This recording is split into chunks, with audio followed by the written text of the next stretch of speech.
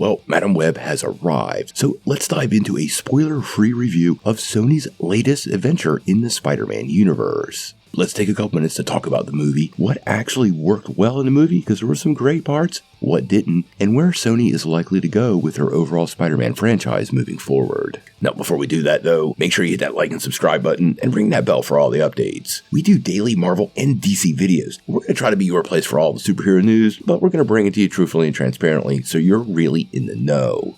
Well guys, Madam Web has finally dropped in theaters, and honestly, I totally see what Sony was trying to do, but I'm not sure they achieved all their goals. Now, Sony does have a history of making some pretty great films. Despite some of these live-action Spider-Man adaptations not being so great, their animation department is more than solid, and when you look at the overall track history with the Tobey Maguire and Andrew Garfield movies, it's pretty clear to me they know how to make a Spider-Man movie, but I think they just need a Spider-Man in their Spider-Man movies. As far as Madam Web goes, let's break it into the good and the bad. Now, a lot of the faces they had in this movie worked out pretty well, and honestly, I didn't really have any problems with most of the casting. I've always been a huge Julia Carpenter fan, so I was pretty excited to see Sydney Sweeney take up the role, and honestly, Adam Scott's take on Ben Parker, I absolutely loved. These were some aspects of it that completely worked. Dakota Johnson also delivered a solid performance, and the rest of the cast, well, none of the actors or actresses were really part of any of the problems of the movie. There was also a lot of great things to be said about some of the visual effects and honestly the costumes. Look, we got to see a little bit of the costumes in the trailers, and when you see the movie, it's actually a pretty high percentage of their appearance, but the suits look absolutely great. I would indeed like to see a movie focused on one or all three of these Spider-Women in these particular costumes. Sony did not do fans a disservice when it comes to this part of the movie, and generally the visual effects of the film were pretty good also.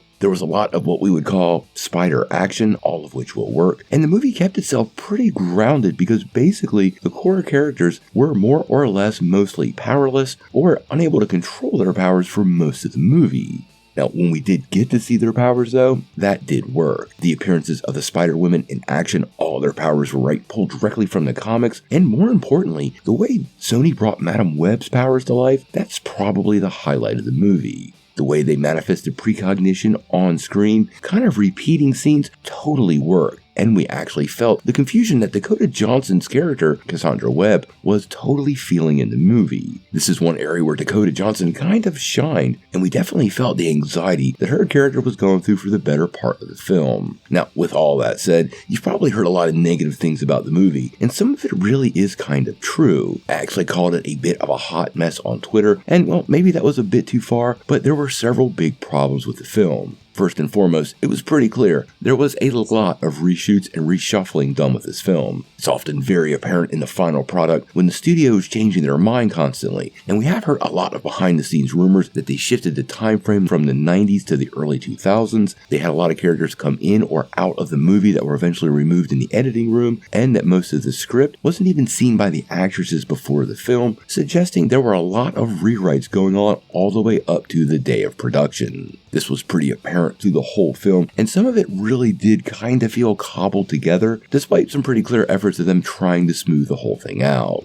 Honestly, Madam Web was a pretty weird choice for Sony to go with to make a full feature film from, and honestly, given the history of the character and the amount of material to reference, they didn't do such a bad job. I feel like this movie was kind of doomed from the beginning, and the social media talk from day one really was putting it down. So I'm really unsure right now. Most of the hype we're hearing, specifically the negative hype, might be a little bit overblown. I wouldn't be surprised in 6 months when this drops on a streaming service if it gets a little bit more of a kinder reception and a lot less piling on from people that just kind of want to shitpost about how bad the movie is. Now, Dakota Johnson has expressed interest in coming back, but given the initial box office numbers from this week, which aren't very good, I don't know if we're going to see any more iterations of this franchise. It does feel like it's going to be another subpar performance for Sony, and I suspect if Kraven and Venom also don't do well, Sony might have to completely return to the drawing board with these franchises, or maybe even give up on them altogether, because if they do enough damage with fan response, well, honestly, I don't know if people will show up again. That could be why not a lot of people are showing up for this film, but when you pick out such an obscure character and you have a Spider-Man movie with no Spider-Man in it, well, it makes it hard to get fans really excited. Overall, I'm going to give this movie a 5 out of 10. It's not as bad as everybody's making it out, but it's definitely not great. It is a fun popcorn movie. I had fun at the theater. We did have a couple of laughs, although they were probably at the film's expense. If you go and see it, I'd like to know what you think. Like I said, not the worst movie ever, but not something that's going to drive me back for a rewatch.